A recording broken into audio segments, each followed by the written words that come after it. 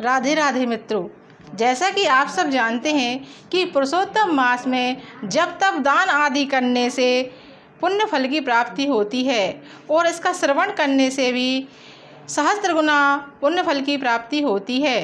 पुरुषोत्तम मास में आपको हो सके तो अनाज, वस्त्र और लोहा, सोना, चांदी जो भी आपके सामर्थ्य हो आप सब कुछ दान कर सकते हैं। आज मैं आपको पुरुषोत्तम मास का 6वां अध्याय सुना रही हूँ। नारद जी बोले, हे पाप रहित विष्णु, भगवान ने गोलोक में जाकर क्या किया, सो कृपा करके मुझसे कहिए। श्री नारायण कहने लगे, हे नारद, श्री विष्णु भगवान अधिक मास सहित गोलोक में गए तो वहाँ क्या हुआ सो मैं तुमको सुनाता हूँ।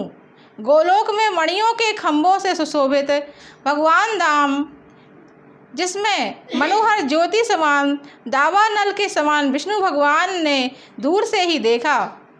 उस तेज से नेत्र मुंद गए। फिर अधिक मास को भगवान पीछे करके कुछ थोड़े से नेत्र खोलकर धीरे धीरे आगे बढ़े। जब उस स्थान के पास पहुँचे तो अधिमास सहित विष्णु बड़े प्रसन्न हुए।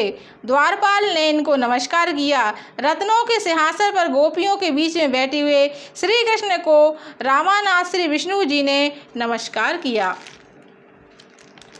फिर विष्णु ने कांपते हुए मलमास को श्री कृष्ण के चरणों में डाल दिया।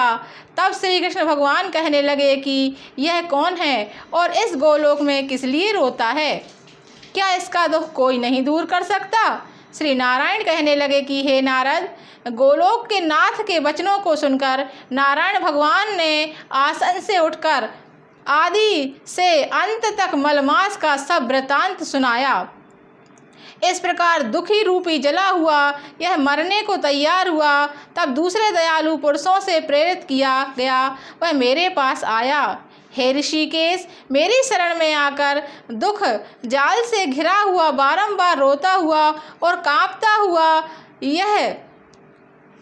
हुआ यह सब कहने लगा, इसके महादुख को आपके बिना कोई निवारण नहीं कर सकता, इसलिए इस स्वामी रहित को हाथ पकड़कर आपके पास लाया हूँ।